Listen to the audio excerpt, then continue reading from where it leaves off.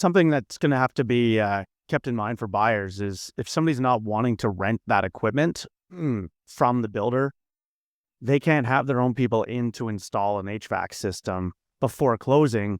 Financing is going to be disrupted. It's not a complete home. There's no heating and cooling in that home. It's not a finished product. So I'm going to be very curious as to how an appraiser and how the banks are going to view that, or whether every single one of these purchases are going to have to fall under a Purchase Plus Improvements program in order to get that HVAC system in. You're listening to the Ottawa Real Estate Podcast, your go-to source for all things Canadian real estate. And now, here are your hosts, Paul Stevenson and David Warren. Hello, and welcome back to the Ottawa Real Estate Podcast. We are buzzing today. We're ready to go. New show, new week, new us. Same. We're back. A lot of the same nonsense. My name is Paul Stevenson. I am a mortgage agent level 2, and I'm joined, as always, by David Warren, mortgage agent level 2. And today we got the return of the Mac, Greg Campbell. The return. Realtor, partner, TCMG, Gregory. We are very happy to see you. We love you. We miss you. How are things? What's going on? It's good to be back. I'm not going to lie. It's kind of... the gang is back in town. Back together again. Let's do it. Yeah, it feels like a band reunion. You're right. We just want to remind everyone, as always, if you ever have questions about mortgages, real estate, the market, anything in between, David and I and Greg are here to help. So don't be afraid to reach out. Our contact info is in the description, and we'd love to have a chat. So let's get into this week's episode. Lots to talk about. I want to just touch on the tariffs quickly, because I know we've been kind of talking about that the last couple of weeks. 2 weeks ago, I think I said there would be no tariffs implemented. Last week, I put my foot right in my mouth, both feet, apologized, said I was wrong.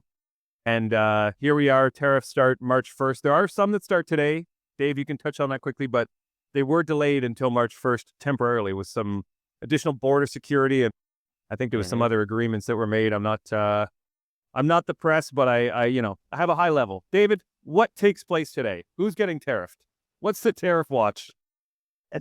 Tariffs watch is on steel and aluminum today. That's 25% and that's unilateral across the board, seemingly for any country, including Canada. Well, we shall see. Again, these are scheduled to take place March 12th, actually. We shall... March 12th? Yeah, March 12th. Soon. Oh. No tariffs. I mean, whether, again, we're on the watch. We're on the watch. Who knows what's happening? The fact that the term tariff watch hasn't been dubbed yet is pretty hilarious. We're bringing that in. There should be a new channel. The Tariff Watch 2025. So, Greg, what are you seeing in the market? What have you seen in 2025 so far? We have some stats, but I want to hear from the streets. Seeing? Well, I'll tell you what. The hot market is as expected to be in the mid 5s to mid 6s from what I'm seeing personally. I'm seeing multiple offers in and around the 600 range. Now, there was a nice shift where small single family homes that are nice were in the high 5s to low 6s as of the beginning of the year. Now they're creeping up a bit because there's a lot of buyers looking for that perfect one. There are a lot of small singles on the market below the 600 to 550 range, but they need about 25 to 50 plus in updates to bring it up to the other ones. And most of the buyers are not willing to take on the responsibility of that work. So those are sitting for a little bit longer. And then the ones that are nicer are selling for asking, or maybe a little bit over asking, like 2,000, 5,000 over list. I know one that sold for 10,000 over list. And so those buyers that are losing on the other ones are chasing the market. And I had clients that we just went through it where on the first one I said, it was like, I can't justify paying this much for this price. And understandably, just because it's been so quiet for so long, Go heading into the fall when we always say that's a better time to buy. Late fall, early winter, less on the market, more opportunities, but then everyone wants to wait, and they wait, and then this happens again, right? Obviously, the cycle that no one believes us that it actually happens, but it happens every year.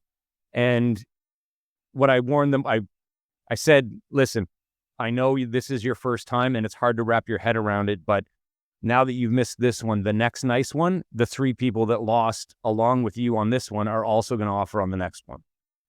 So you can expect that one's also going to go for a little bit more. So what they did is they lost on another one, and then they re-looked at their situation. They were well approved, and then they just jumped up, and then they got the next one, which ended up being the best house anyways. And I think we definitely got a good price on that one. So not only me seeing this, I'm just explaining personal situation. So for anyone who's out there looking, this is happening. If you're shopping in and around that sweet spot, high 5s to low 6s for either a very, very nice townhome or an slightly updated older single, like just jump on it, because I don't know how long those are going to be around as things start to pick up. Tons of townhomes coming out that I'm seeing, and the prices are slowly coming up a bit, but I don't know. Like I see a lot. There's sales, not as many as you would normally expect. There's also people thinking that it's not going to get any, it's not going to change, or it's weird. There's buyers thinking there's not going to be as many listings coming out. There's sellers still thinking that they can get this high price. I've got a few sellers I'm speaking with right now that are just a little bit far-fetched, I think. So it's going to be, more of the same, just heavy, hard conversations on both sides, and just trying to make sure that everyone's doing it for the right reasons and not just throwing it up there to see what can happen. Yeah. I know that there's a lot of homes also that are clearly overpriced, and they're sitting, and then they're sitting vacant. Tons of vacant homes on the market right now. Tons. Yeah, I noticed going through MLS listings, a lot of virtual staging. You kind of get the open room and then the beautifully designed living room and so on. I've been seeing the same thing. I had a client this week who bought in Orleans, 633 single, which is, I think, a very good price over the last few years in Orleans for a single. Another client out in North Grenville that got a place, multiple offers, $20K over asking. Beautiful home, but talking to them yesterday, their feeling was that they got a steal. Like, they're like, honestly, if we wait another 2-3 months, we know this would have been 25, 30 grand more. So I think the feeling of buyers, as you said, Greg, is that if they miss one, they have to be even more aggressive on the next. And if you extrapolate that over the next 2-3 months with the amount of buyers we have, I hate to say it, but, Greg, you might be Greg Meme Coimble with the pump and dump here, coming on the show and just telling everyone how great the market is. But I think we're going to see the market escalate. Like, the days on market in January was 43. I don't see any way it stays at 43 for February. No. Every client I'm seeing that's putting offers in, it's, home's been on the market 2, 3, 4 days. They're going in. People are holding off on offers. I'm seeing that now too on listing. It looks like we're going to have a normal spring market that we haven't had in a few years. That's what I'm seeing. I agree. Mm-hmm. I agree. I would echo the same. Every conversation I've had with people looking at getting pre-approved, something we talked about last week, of so many mortgages up for renewal. It's kind of that time, that 5-year cycle for people when they start evaluating whether that home is right for them. I find as people come to renewal, if they've made it through that 5 years without breaking in between, but that they start evaluating, their family dynamic has changed. Maybe they've added kids or whatever it may be. As first-time home buyers are thinking of upsizing or downsizing. And I find, Paul and I talked about it last week of as they come to that renewal, which, we have 1.25 million mortgages up for renewal, that people are then deciding whether to move on. And that's the conversation I've been having this week, of a lot of people up for renewal this coming year that are debating. Others that have rentals, and we talked about that, are up for renewal this year, and they're debating what to do with them. So it'll be interesting to see whether that shifts things, as far as listings, or whether it just balances out. But certainly I've seen this past few weeks a lot of people looking to get them pre-approved. They're, it's kind of one of those, we'll see what happens over the year. Not really unsure, and then they get pre-approved, and what do you know, you have a purchase agreement in 4 days. Yeah. But Yeah, they just don't want you to know they're serious, Dave. Hey, yeah, they're serious, but yeah. No, it's funny that what you said at the outset, Greg. That what do you know? Something we've been talking about for 4 years or 5 years since we've been doing this is, when a house shows well, yeah, it sells, and there's a lot of interest. And Exactly. houses that need a little bit of work sit and don't have as many offers on it, and people shy away from doing actually some renovations and don't have a conversation like we've talked about in the past, but purchase plus improvements or other ways of getting that work done in order to get a property price lower where you can build in that equity. And yeah, it's it's what do you hard, know? Bill, It's the man. same theme. It's a continuous theme throughout the years. It is, but it's tricky, right? Because most people don't want to take on that task, right? They don't want to do the work and make it their own. They just have this vision of walking into a home and it being, the gates of heaven open and everything is perfect, right? And I don't blame them. I mean, I'd want the same thing. The less you have to do, the better. But it's some are going to have to change their mindset if they want to get that price and then just make it their own. I've had a few people now that have called me and they're upping their price point slightly. Yeah. I also while we're saying this just crossed my mind that we should reiterate to people the importance when you're out shopping and you find a place and there is multiple offers. Please, I implore you, please keep the condition for inspection in your offer, if at all possible. Good I had a point. client who is on their third offer now on a home. The first two were rat infested, and he didn't find this out until doing the inspection. Holes in the base, in the foundation outside, all sorts of, stool everywhere. I don't know what the correct term is for rat poop, but Stool. everywhere in the basement. He said some of the joists were they found it looked great on the surface, and then they dug a bit deeper, and it was just a nightmare. So please be very cautious when you're putting in offers. Do your due diligence. Don't get wrapped up in the hype, and there'll always be another property. If this one doesn't work, don't feel obligated or committed. Like, do your due diligence and make sure you're getting a good product for the price. Yeah, and that's a good point. Everything that I've seen that sold in multiple offers has been a conditional offer on inspection and financing. There's been no I like I was going to cash. clarify that as well. Everything I've seen is not unconditional. Even condition of sale of their existing home is even there. So That's actually, I've seen that more often now than ever in the last few years. Like people having that first right of refusal and putting in the condition for them to sell their home, putting the closing date out 3-4 months, and then once they've sold their home, maybe bringing that forward. But that's way more common now. I'm seeing that way more often than we have over the last few years. Typically, that would be a deal breaker. People go, I'm not waiting for you to sell your place. That's ridiculous. But that was the seller's market. Now we're kind of sliding into a bit more. Well, Greg, I'm sure you would agree that we're in a buyer's market right now, where the buyers hold all the cards and all the leverage. Well, I mean, right? kind of, except for the really nice properties, like we're saying. I mean, I've seen, like in Orleans especially, I've seen a lot of the properties that have been on the market, and the ones that just need a little bit of work are sitting. People think that they're overpriced, but then the nice ones are going. Yeah, so I don't know if I would say it's a buyer's market. I think it's just balanced in most neighborhoods. Right. But the good ones are gone. Let's I'm going to slide into the stats here so we can touch on this quickly. So these are the January stats from the Ottawa Real Estate Board. Greg, do you maybe want to take the reins here? Bring up that graphic there. I'm just gonna pan out You see here. it? Yeah, I can see it now. I didn't. I reviewed this quickly the other day. The thing that I like seeing the most is the months of inventory. Like that's wild. If you go back, and I know we've talked about this in the past, like, we're back at 5.5 months of inventory, which we haven't seen since basically 2017, 2018, kind of almost exactly in the middle of those years.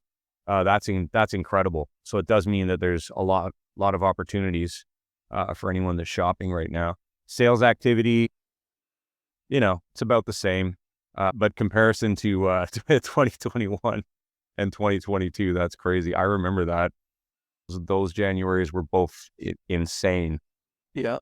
I remember in 2021, I was the first listing and multiple offer sale for an Orleans townhome and we had 40 offers, and it sold 130,000 over asking, and the seller almost he shit himself basically.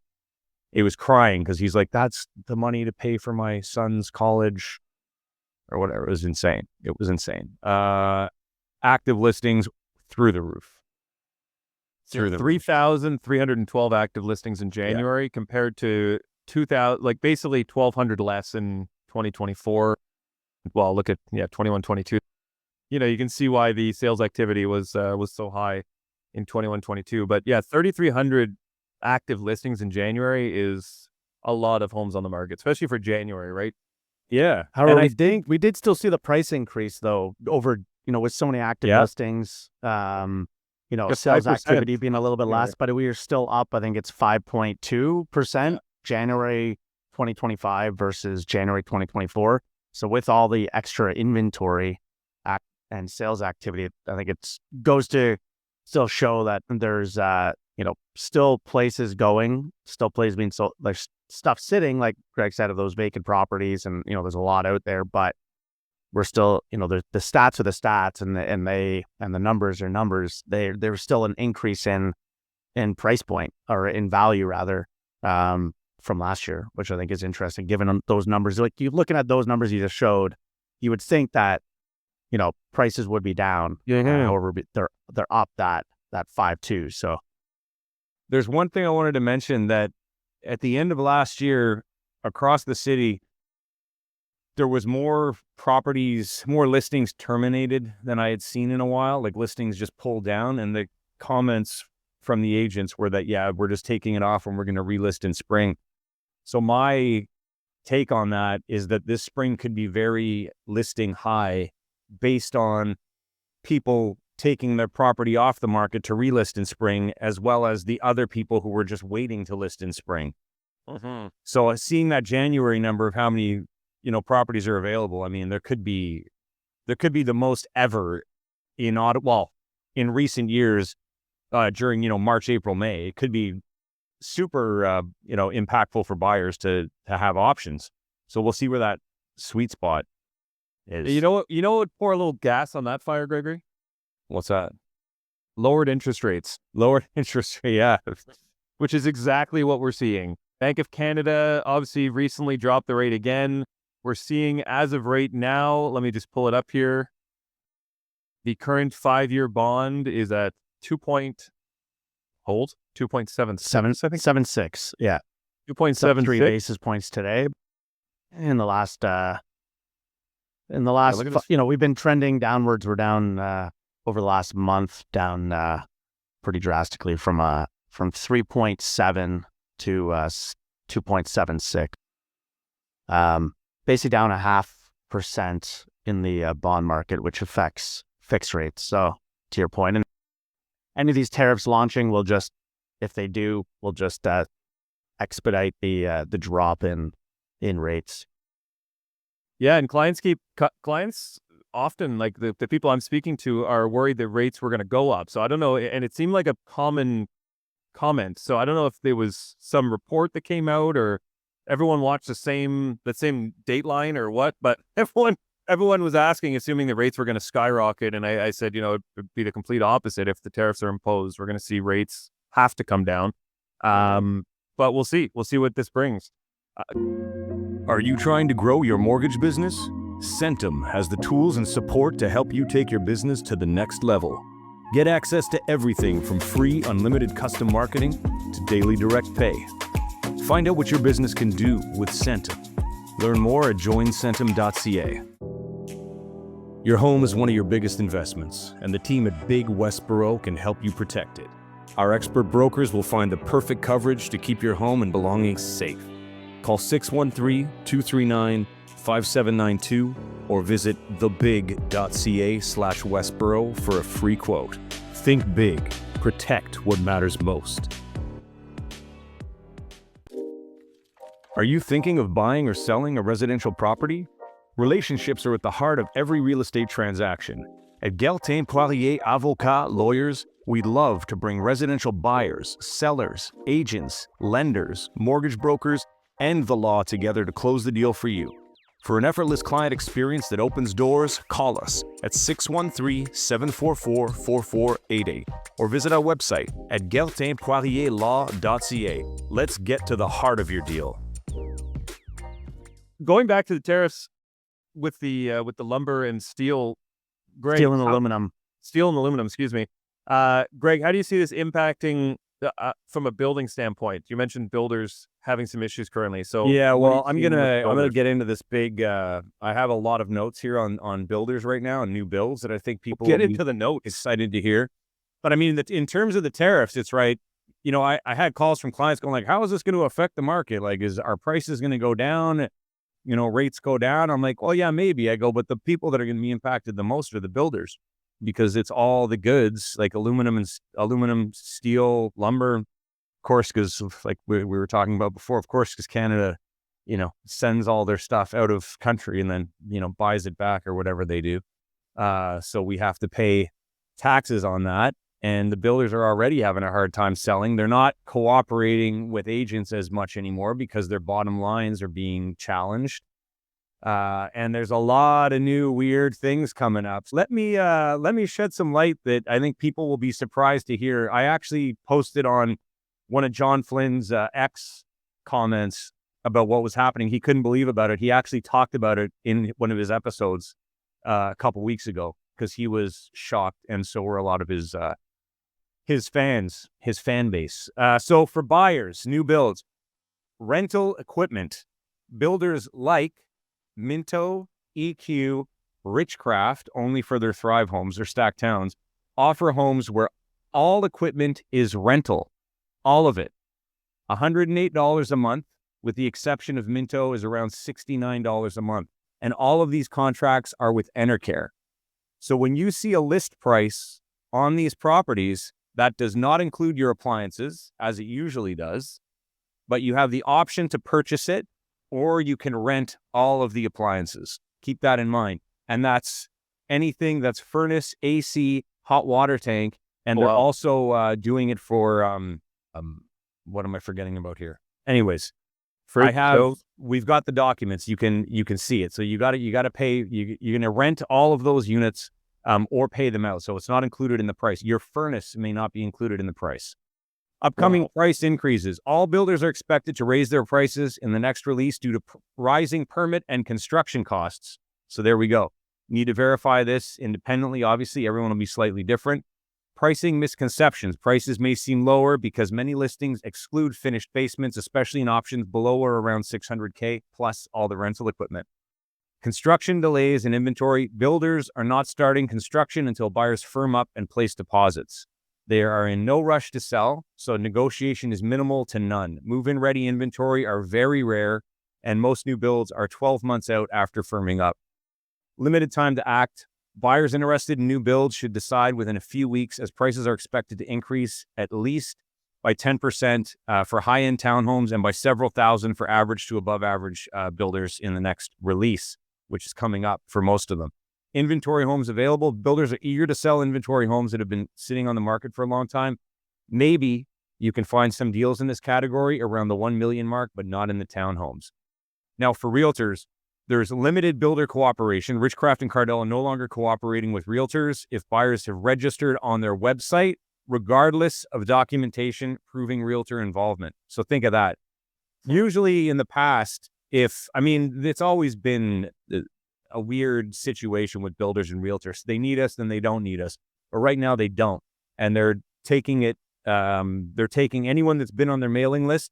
Like let's say you've been on a Richcraft mailing list for the last 3 years and you've been working with an agent for 6 months trying to find a home and you want a Richcraft, the agent's not getting paid by Richcraft. So you have to discuss that with if you're a realtor, you got to discuss that with your client. If you're a buyer, you got to discuss that in the realtor, because that's a big commitment and a big go ahead. Can I ask you something, Greg? Yeah. I need to interject here. So in that case, is basically they just expect the clients to deal only with them directly for all negotiations?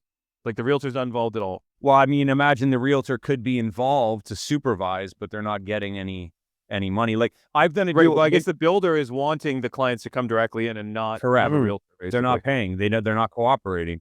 So, and then here's another part for realtors: flat fee commissions. Many builders have moved to flat fee commissions. So Richcraft was paying 10K to 15K, Cardell 10K, Uniform paying 5 to 10K. Minto is still 1%. They've always been 1%. Mattamy, Glenview, EQ Homes, K-Van, being consistent and in favor of working with realtors. So, I mean, it's smart what they're doing, but just remember that may change.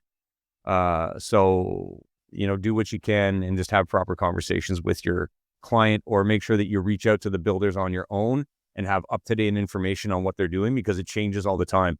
Venkat, our new build specialist, broke this down for me, and he's been killing it. He just has all the info on the new builders every week. He's got an update, and he's sharing it out on social media now of what deals are available and what options the builders are offering. Okay.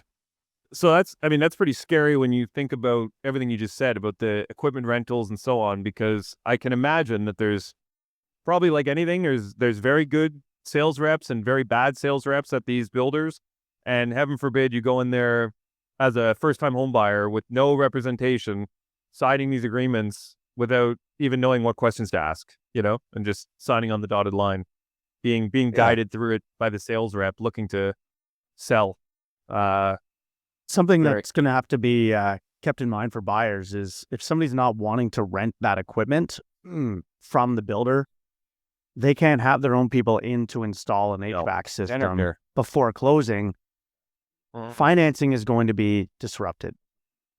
It's not a complete home. There's no heating and cooling in that home. It's not a finished product. So I'm going to be very curious as to how an appraiser and how the banks are going to view that, or whether every single one of these purchases are going to have to fall under a Purchase Plus Improvements program in order to get that HVAC system in, because it's not the 98% complete that they require. That other 2% is landscaping, which is not a functional requirement, but it's not a marketable property. It's not an inhabitable property without heating and cooling system in. So here's a shell. We need you to put the bones and the organs in. But yeah, well, I guess it's like they have to decide there. What are you going to do? You're going to rent or you're going to buy it? Yeah, but I mean, that, like, for the builders themselves, I wonder, I'd be curious to see how much investigation they've done with the lenders on that, and with financing, to see how that's going to be treated and how that's going to move forward. Like I said, I mean, when you're moving in or you take possession, if there's no furnace and your closing is in January, that home is inhabitable. It's not, and banks look for, whether it's a major bank, a B lender, like a subprime lender, they look for marketable properties where it closes, you can't pay the next day, they have to take that property over, it needs to be inhabitable, they need to be able to sell it. A property that doesn't have a hot water tank, that does not have a furnace, is not inhabitable. Appliances don't count. People think they do, but they don't actually count in that category, because they're removable anyways. So that doesn't come into play. But really, your furnace and water is imperative. It's got to be there. Yeah. So that's all for me on that. Have those and that rental program that's come into effect for those builders, like that's actively happening now. Marketed? Yeah, we went to do a deal because K-Van had this massive promo. They sold out anyways. This was probably around early November, maybe. Mm-hmm. They did these towns or these stacked towns in Barhaven, and it was crazy. They had them listed at $359. We missed. Oh yeah, I talked about that on the show. We talked about it. And yeah. So that came out, and then we found out that they were renting the appliances, and I had clients that didn't like it because they thought that was sneaky. Mm-hmm. They were like, I don't like that. Like, we show up and then it's like, by the way, that's not the actual price. You need to buy your appliances for the house, either rental or pay for them. So it was like an extra 15 grand basically to get what you need, like your furnace, your AC and all that, right? So they didn't do it. But then think about it. Like, it was $359, then it was $379, then it was $399, and they sold out. They sold 174 units, I think, in Barhaven. So they're all gone. So a lot of people didn't care. And I think that was the catalyst, kind of like, okay, well, this worked. So some of the other builders are following suit. that's what I They think. lured them in with a low price, Right. the old bait And and that, switch, and they were just like, and then fuck it, pump I'm it up. in. Yeah, totally. And that's what I think. I think that was the first one. I don't know how long the rumblings have been going on. Clearly, Enercare has been doing their work on this for a while, but I think that was kind of like the test product for this whole new system of selling, I guess. One warning to anyone listening that's thinking about talking to a builder about rental programs or anything like that. Any of those rent to own, I don't know if this sounds like if it's Enercare doing it, it's not even a rent to own, it's just a straight rental. But even the rent to own programs of your furnace and AC that you can get from like Reliance and things like that, there's liens that are put on your property. So if you go to sell, you go to do something, it comes up in that sale where that needs to be either transferred to the new owner, which in a lot of cases the new owner doesn't want to. They are actually not even aware of it. It only comes up on closing, and otherwise you have to buy out that program. Otherwise your property's not closing. So be aware for those programs of how that's going to affect you later on down the road. You might be just buying it, but we always talk about like you're getting your mortgage now, but just think about what the penalties are going to be on that mortgage in the future, should you need to break it or when you need to break it. Same as in this case, when you're getting into any of these programs, think about how it's going to impact you down the line, how you can trade in that broken, whether it be a stove or whether it be furnace, like how that's being serviced, how that's being traded, or what the bio cost is going to be when you inevitably go and sell that property down the road, whenever that is, and what that penalty is going to look like.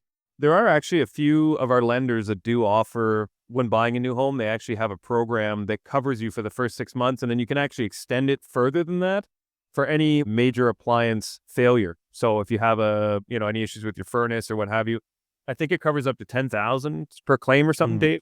And even after the 6 months, it's complimentary, and then typically it's about $17 a month after that, and it covers you for all your major appliances. So if you are buying these outright, might be a worthwhile question to ask your broker. And those are even on resale homes. Like that's not new product. I'm buying Paul's house. His stuff could be years old. It's still covering that furnace or that hot water tank or whatever it may be. So they can be handy, especially for first time home buyers that maybe don't have those emergency funds or access to funds. Well, gentlemen, there you go.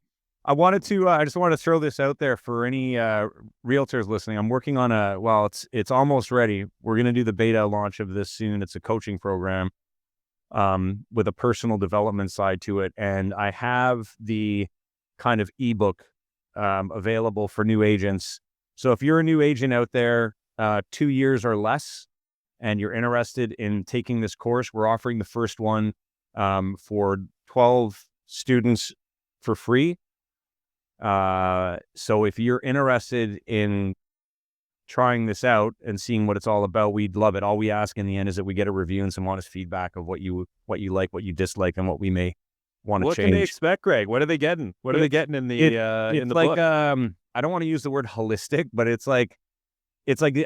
called the Authentic Agent Field Manual is what I've created, and it's quite extensive actually. So it's basically takes you from what you learn in school and incorporates it into real life scenarios, kind of like what can happen. And then throughout the course, you get a personal development side from another colleague, someone else who I'm working with on this, Matt Williams.